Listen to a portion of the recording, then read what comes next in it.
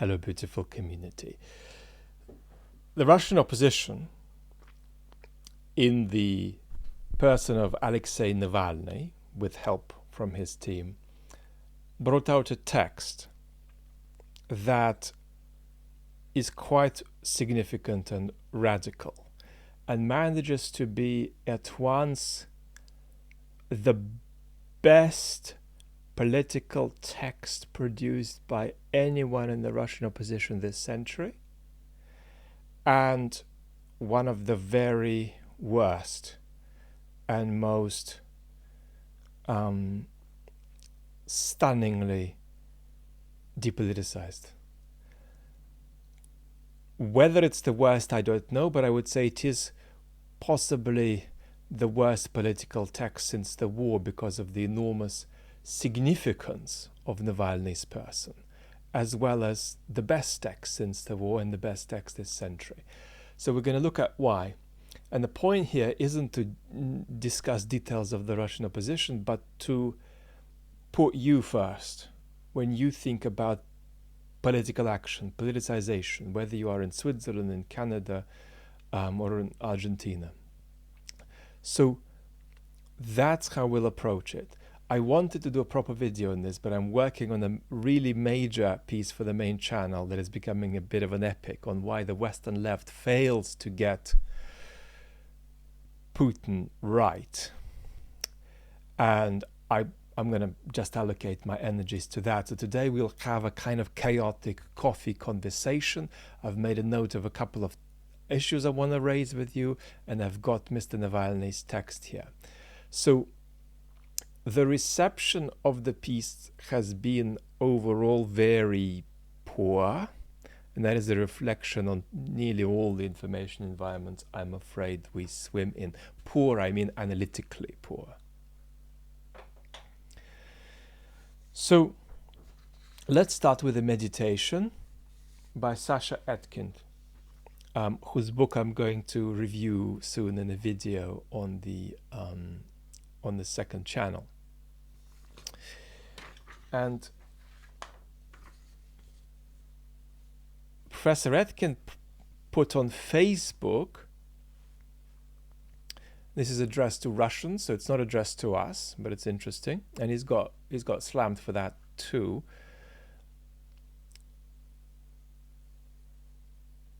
We should polemicize with the living. We can discuss the dead,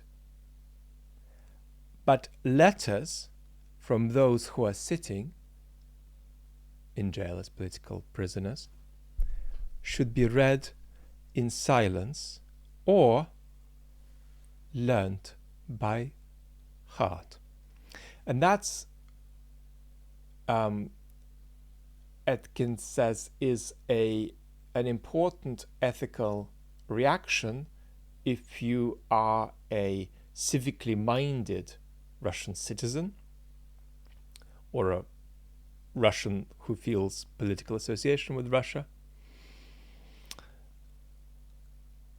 And something is missing if you don't feel that. So I want to clarify how I take this line from Sasha Etkind.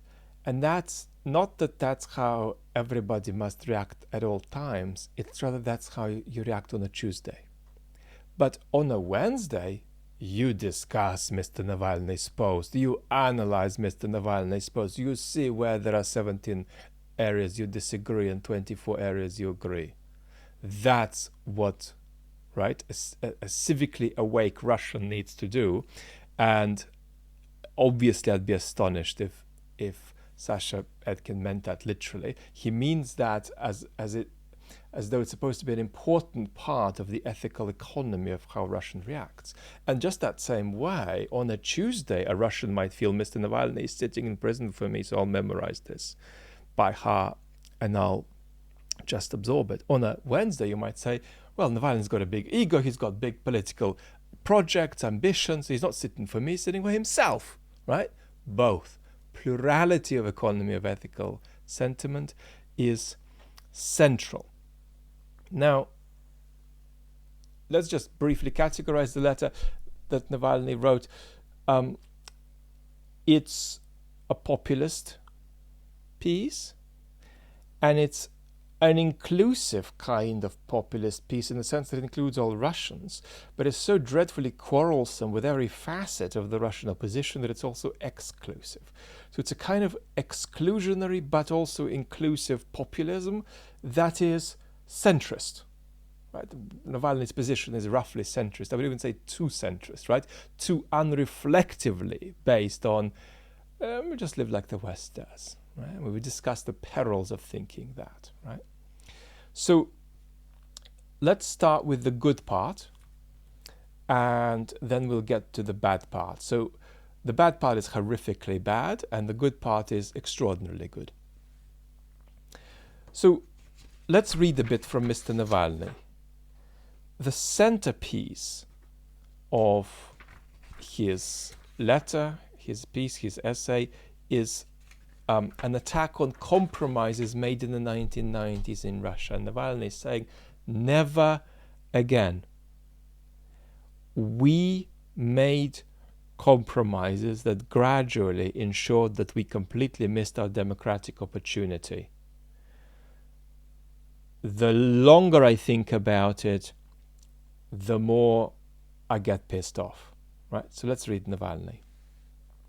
I hate the swindlers whom we used to call reformers. And here he has a go at Yeltsin, at many figures around Yeltsin. I hate the authors of the most authoritarian, this is not going to last long, of the most authoritarian constitution. I hate everyone for the fact that there was not a serious attempt to remove this the basis of lawlessness from society. I hate the quote-unquote independent media and quote-unquote democratic society that provided full support for one of the most dramatic turning points in our history, the fraudulent presidential election of 1996. Now, exactly in what way it was or wasn't fraudulent, I'm just going to leave out of the conversation for now. Again, I was an active supporter at the time. Not of election fraud, of course. I wouldn't have liked it even then, but I did my best to ignore it. And the general unfairness of the election didn't embarrass me even a bit. Now we're paying for the fact that in 1996 we thought that election fraud was not always a bad thing. The end justified the means. So what Navalny is doing here is saying, I was part of it too. You remember the Thomas Mann video we did on the main channel about Russian responsibility, or anybody's responsibility, right? The matter of responsibility by association versus guilt by association. You know, I was part of it too. Mr. Navalny is saying, I was part of it too. And he goes on. I hate the entire leadership of Russia, which in 91, after the putsch, and in 93, after the shooting of the parliament, had absolute power and didn't even try to make obvious democratic reforms. All that I've written about the 90s, this is several pages later, is not a historical exercise, a reflection, or meaningless complaining. It's the most important and urgent issue of political strategy for all supporters of the European path and of democratic development. So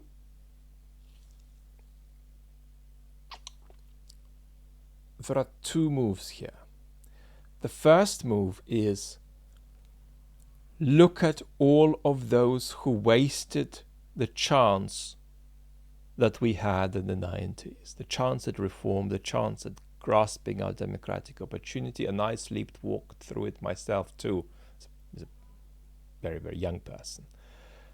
And that's already brilliant strategically, actually, because it's an amazing thing for Russians to hear you're not just out at sea, sort of inexplicably. You are here because a wrong turn was made. And that's what got you to where you are. We were driving the boat, but we needed to negotiate some reefs. But the way we negotiated the reefs left us out in the open water. You are in the open water because of the negotiation of the reefs. The way we handled the reefs got us here. And even if that's false or partly false, it immediately creates a sense of cause and effect, which is parasitic upon the magical thinking that depoliticization requires. We don't know how we got here, we just are here. We don't know what were the ways to this situation, we don't know what the ways out of this situation are. He's not yet suggesting ways out, we'll get to that in a second. And that's where he falls apart for now. But he is introducing cause and effect here in a way that is fantastic. So this is a highly brilliant act of politicization. But that's only half of its brilliance. Its proper brilliance comes out when you introduce the second component. Half of what Navalny has written here sounds like Putin. I mean, at least it's grabbing the same stick, but from the other side. Putin slanders the 90s. Putin says the 90s are a betrayal, a perversion, a manifestation of something that shouldn't be repeated. Putin's propaganda machine has been throwing coins into this story for decades now, for years, a couple of decades. Navalny, instead of building his own little box of coins, is siphoning off Putin's coins and redirecting them to the very opposite end of where Putin wants them to go. Right? So Putin has been building this, container, this aquarium, which says the 90s were the decade of betrayal, and Putin then has Navalny come in and confiscate, right, all of this stash that's supposed to trigger various kinds of sentiment that Putin's gathered, and is using it for a different purpose, but is reliant on Putin's labor of having intensified it, having built it up, right? So it's an effective exercise in politicization that uses Putin's tricks against Putin. And it's magnificent in its efficacy and in its resourcefulness. The efficacy here is to break Russians who encounter this out of a psychology of cause and effect. So we like this. A few people have criticized this for sounding Putinesque, and I agree that it does. But I think it's a brilliant move. Brilliant as in, does it lead to more conflict and more politicization on the Russian space or not? That's the judgment, right? I can't judge it beyond that. I'm not a Russian citizen. No Russian political actor represents me. Now, but then it gets bad. Really bad.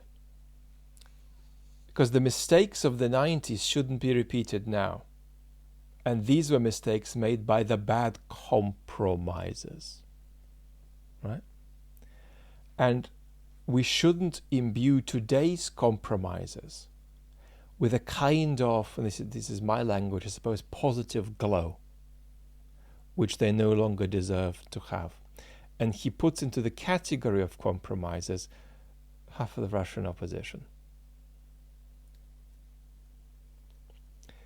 So let's give perhaps a little sideways tangent here. Yeltsin had a kind of democratic glow in the late 80s and in the early 90s, which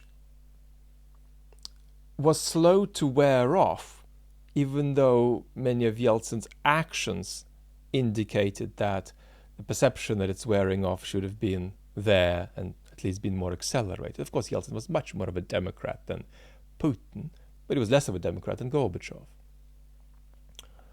and less of a Democrat than many truly democratically minded folks in the 90s,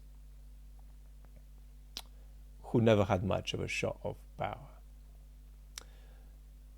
So in the 80s in the Soviet Union, you have perhaps, through dissidents, above all Mr. Sakharov, a picture given to the population about the wrongs of the regime. You also have, to a degree perhaps, this is much more limited, with Raisa, Gorbachev's beautiful partner, a sense of not the wrongs of the regime, but the realness and groundedness and humanity that is missing from Soviet society. But Yeltsin didn't represent the wrongs or the absences. He represented a path out of a 70-year-old experiment in pseudoscientific Western utopia on that territory. And that glow was palpable. I felt it as a kid. I was friends with Yeltsin's grandson in the 80s, and it was palpable that that was there, and it stayed, maybe too long. Don't give that glow, that fake glow, to all of these other so-called Russian opposition folks, if we find ways in which they've compromised themselves, or compromised themselves according to Navalny's team. So that's the message. Now, the Russian commentator Vladimir Pastukhov disagrees with me. He doesn't think that there's a wonderful politicizing element to Navalny's piece. But Pastukhov's analysis of the second part of our conversation is very similar, very, very similar to my own. And Pastukhov called the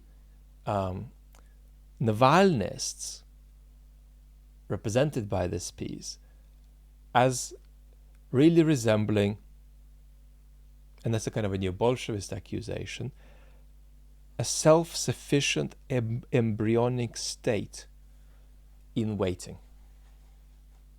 Right? So we are the alternative, right? And we need to outcompete all of these other groups around us, these other oppositional groups. Now, if you're careful, this indicates a reconsideration of the theory of change. The theory of change of the Navalny group for years, and of nearly all Russian opposition, has been street politics. And that's been a criticism leveled at the Russian opposition for a long time. Now you could say, well, the problem wasn't street politics, the problem was that the street politics wasn't the better. And much of this gets discussed in relation to events in Russia in 2011 or so. But the point is that there is a real accusation there that I'm a subscriber to, that there was a premature evacuation of institutional political conflict by the Russian opposition, who took to the streets instead. And that formed them as being, in many respects, more activists than political actors. And Navalny's theory of change has been street politics. This letter consolidates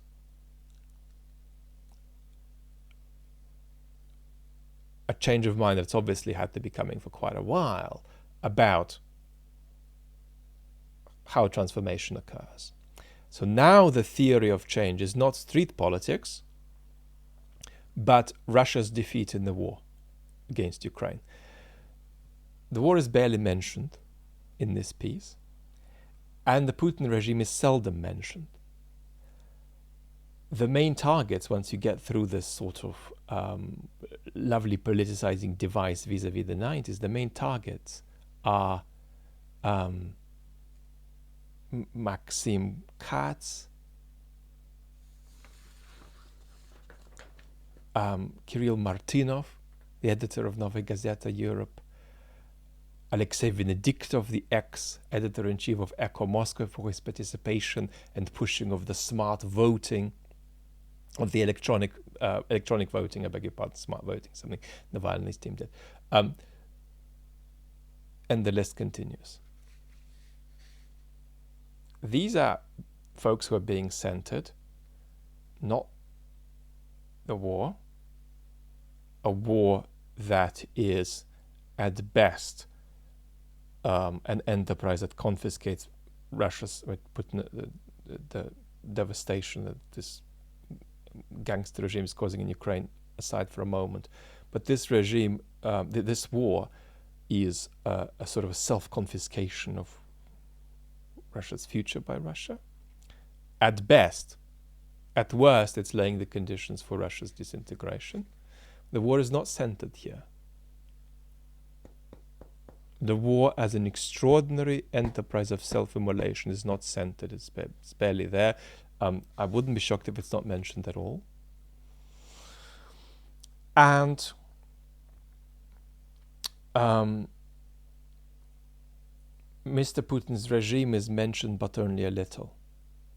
And of course, Mr. Putin's regime is a kind of irredeemable sickness, not just sort of aesthetically speaking, but politically speaking.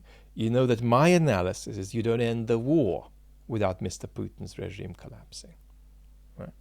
But that's not what's being centered. What's being centered is this, these battles with other bits of the Russian opposition who, quite frankly, are not in any obvious way sort of ethically inadequate to Mr. Navalny's group, except in the sense that Mr. Navalny is in jail and they're not. So this is a kind of recognition of the solidity of the Putin regime, and that it's not street politics that's now going to sort things out. It's going to be readiness to pounce when the war is lost. But as soon as I've said that to you, you're right to think, how's that pouncing going to happen if you've quarreled with all the other democratic forces?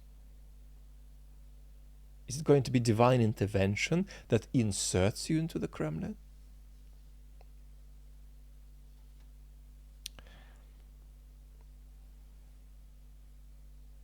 Mr. Katz,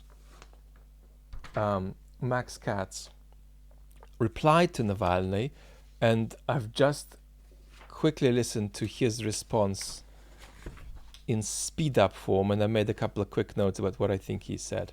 I don't think anything Katz said should be directed against that first extraordinary positive achievement of Navalny's piece. But it is a very effective response to the second part of Navalny's speech. And if, in fact, effective enough that it shows that there are enough, there are some at least folks in the Russian opposition who are at some of the time are capable of politicized thought. Katz says several things here. First of all, he thinks that Navalny overestimates how much Democrats wasted opportunity in the 90s. Because he says it was mostly non-Democrats being functionally reluctant to take democratic steps. And then Katz arrives to the core of his point. We won't have an equivalent situation to the 90s. Putin will be, in all likelihood, replaced by softer actors from his elite. This is not Katz being quoted. This is my loose summary of what he said. Navalny is presiding over, this is my language again, over a court that doesn't exist and could never exist. Right? Maybe democratic forces, Katz said, could squeeze themselves to a level of 10% into the Duma after the collapse of the Putin regime and take it from there. So Katz is saying when the opportunity comes, it'll be brief, and we will need to take advantage of this post-Putin turbulence rapidly before the door of opportunity shuts. It'll have to be all hands on deck for all democratic forces. And then this is a knockout point against Mr. Navalny. On Navalny's own terms, there would not be sufficient oppositional cooperation necessary to get him released. And that's, of course, is absurd.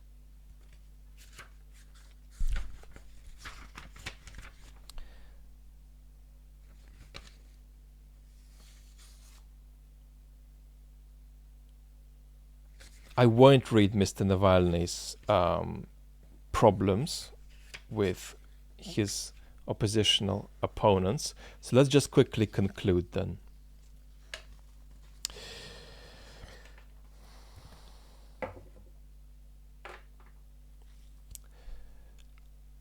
The first part of Navalny's piece is a resplendently brilliant act of politicization.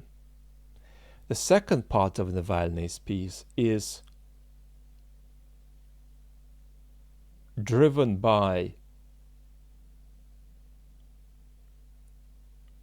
a pursuit of power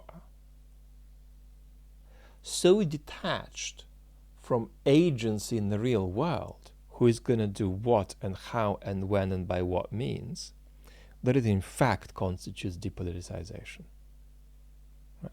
And that is the chief problem we keep coming back to in virtually all criticism of Navalny, terribly depoliticized. And much of what the Navalny organization does is depoliticized. Now, did Navalny's team write this without his proper agreement? I'm doubtful of this. I think this is too much of a statement piece. And I'm doubtful of the fact that Mr. Navalny would be explicitly reluctant to attack fellow members of the opposition in light of how central a piece this is. We can't know for sure. I mean, maybe some people do, of course. I don't. But I'm inclined to go some way to actually attributing this piece to Navalny himself.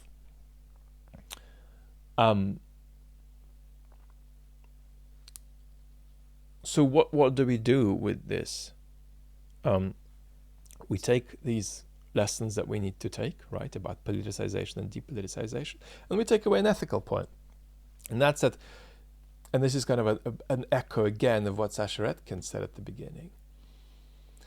When somebody makes such a radical choice and risks everything and indefinitely enters conditions of torture in the Putin jail, in the end we have to judge them by what happens, not at each given stage. Navalny, by the extraordinary steps he's taken, the morally extraordinary steps he's taken,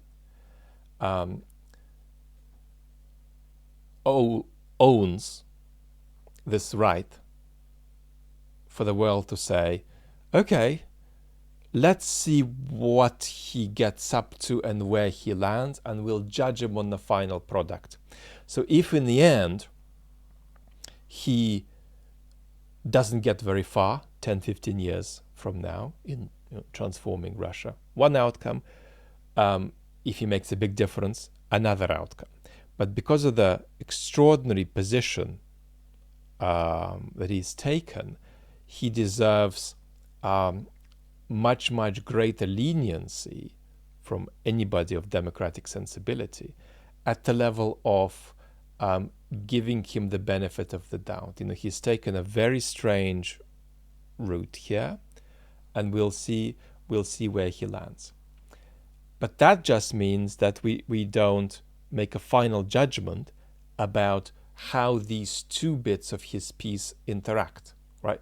We let events settle that. But that doesn't mean that we can't judge them today apart from each other and say the first bit is excellent, the second bit is terrible, right? And how it all plays out is something that decency asks us to be sort of ethically patient about. And then 10, 15 years from now, we can say that Navalny has failed or Navalny has succeeded to whatever extent.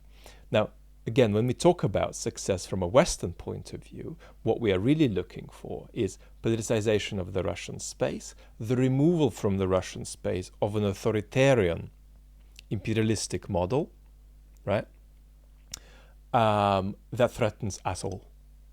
So that's how you judge it. And it is not a political act to recite 7 different statements by Mr. Navalny that sound imperialist or that sound racist from his past or even present. I'm afraid that's not politics, that's activism. Politics is whatever your project is, whether you're Ukraine, the United States, Britain, can we use Navalny to bring about the kind of outcome we want? In Ukraine's case is not to get invaded again, for Russia not to be a threat. In our case, it's the same, for Russia not to be a nuclear threat and so on. So that's how we think of it, right? We think of Mr. Navalny as a political actor who could succeed and fail, and could succeed and fail on terms that directly impact our interests and our national security. So that's my sort of conflictive Navalny rant over. I'm sorry this was so incoherent. I wanted to structure it, but I just thought that it'd be better for us all if I was focusing on this special thing I'm wheeling out Tuesday, maybe Tuesday. I promised Sunday, but I think Tuesday is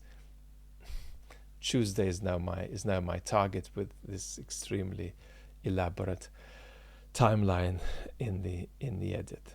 Lots of love. Bye bye for now.